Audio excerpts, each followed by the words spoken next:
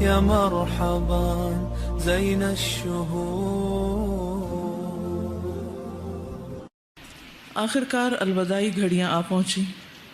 ایام معدودات، گنتی کے چند دن اختتام کو پہنچے.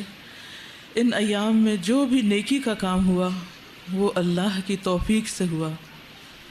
اس ماہ میں کوئی بھی نیکی ہم اگر کر سکے تو اس پر کسی قسم کا کوئی غرور دل میں نہیں آنا چاہیے، کسی قسم کا کوئی تکبر نہیں ہونا چاہیے، کیونکہ اللہ کے نیک بندوں کے بارے میں آتا ہے والذین یؤتون ما آتوا وقلوبہم وجلۃ انہم الی ربہم راجعون، اور جن کا حال یہ ہے کہ وہ اللہ کی راہ میں دیتے ہیں جو کچھ بھی وہ دے سکتے ہیں، پھر بھی دل ان کے اس خیال سے کانپتے رہتے ہیں کہ ہمیں اپنے رب کی طرف پلٹنا ہے.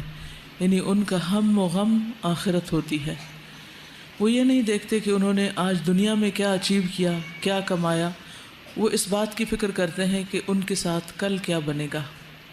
محنت اور کوشش کے باوجود اس احساس کے ساتھ کہ حق تو یہ ہے کہ حق ادا نہ ہوا، ایسے میں دل سے ایک آواز آتی ہے کہ اے رب تو ہمارے اعمال کو نہ دیکھ، اپنی وسیع رحمت کو دیکھ، تو ہمیں اپنا قرب ہماری عبادت کی وجہ سے نہیں اپنے کرم کی بدولت عطا فرما.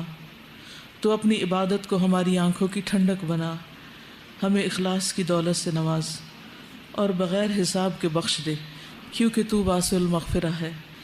اس رمضان میں جو کچھ ہو سکا وہ خاص تیری عنایت کی وجہ سے تھا، اور جو نہ ہو سکا وہ سراسر ہماری اپنی کوتاہی اور غفلت کی وجہ سے تھا.